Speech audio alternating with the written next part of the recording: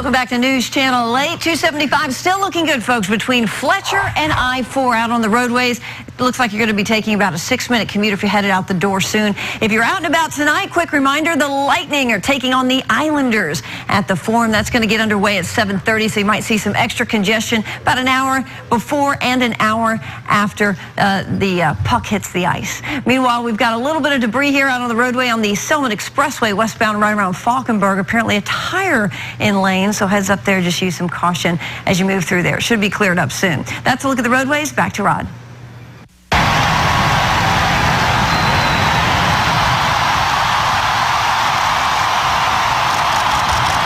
Indeed, an historic moment. Cardinal Jorge Bergoglio of Argentina stepped onto the balcony in St. Peter's Square for the very first time yesterday as Pope Francis, the new leader of the world's 1.2 billion Catholics.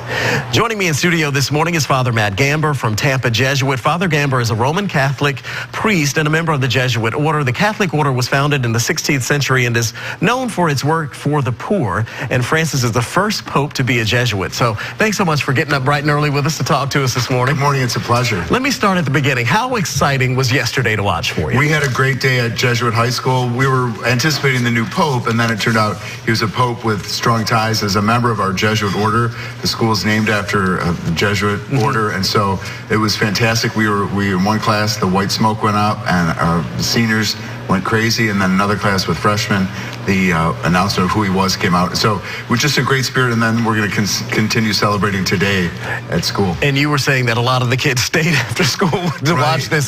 This is an historic moment for them. Right. The bell had rung, but they still stayed and wanted to partake of everything until we got that final blessing. So it was a very exciting day for us. You'll not likely not see another day like this until they're well into their senior years.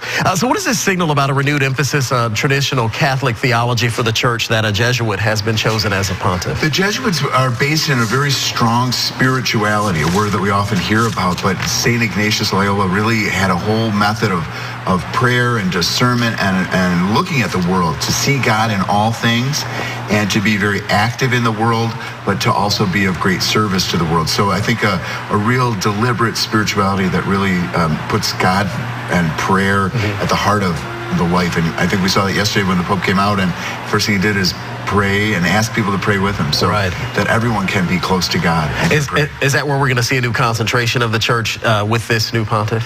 I think we'll definitely see an emphasis on spirituality and on prayer and on very down-to-earth, real people, having their own deep relationship with Almighty God.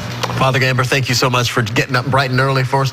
Love to talk with you a little bit more. Appreciate you being here. Great to be here and to celebrate. All right. Thank you, sir. We appreciate it. Gail? As you might imagine, life on board the International Space Station can get pretty lonesome, but a Canadian astronaut has plenty of friends here on Earth.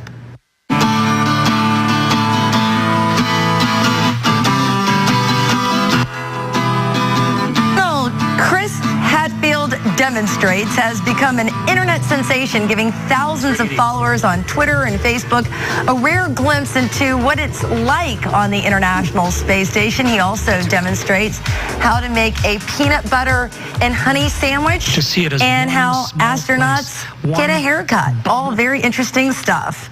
All right, let's turn things over to Lee Spann.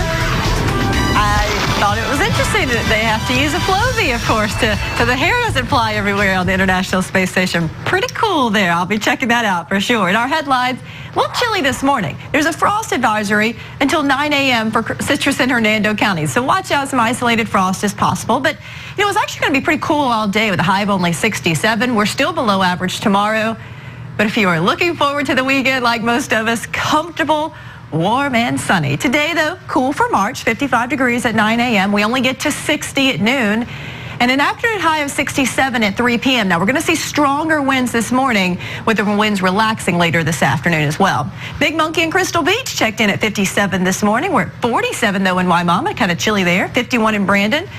We're down to 43 in Crystal River, 56 in Clearwater. It's currently 46 degrees in Lakeland. I talked about those winds are coming in out of the north, which makes it feel even chillier. And they're coming in anywhere from 5 to 15 miles per hour. Look at Winter Haven north at 14 miles per hour now, 13 miles per hour in Clearwater and St. Pete. So just be aware of the stronger winds. There's a small craft advisory posted until the afternoon as well. And again, then the winds will relax.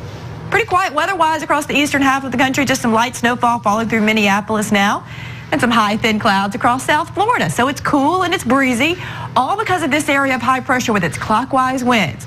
Lots of sunshine from that high pressure, but the northerly breezes keep us 10 degrees below average. But as the winds calm down, that leads to what we call perfect radiational cooling, getting the coolest temperatures possible overnight. 67 degrees for a high temperature today. By the time the sun sets, we'll be down to about 61. With an overnight low of 45 degrees. And like I said, some isolated frost might be possible again tonight. And that should be the last of it. Notice the general warming trend, low 70s tomorrow, mid 70s Saturday, which is close to average. And then, of course, for St. Patrick's Day, 78 degrees, lots of sunshine to enjoy with the luck of the Irish. And if you're heading out to the Ybor City St. Patrick's Day parade on Saturday, great weather for that too, guys. So good news there. That is great to hear. Okay, thanks so much, Lee. If you are a fan of The Apprentice, you probably remember Omarosa. Can't forget Omarosa. She earned a reputation on the show for being, quote, saucy. Coming up, I'm going to talk with her about the loss that brought her back to The Apprentice for the All-Star edition. You're watching News Channel 8 today at 6:20.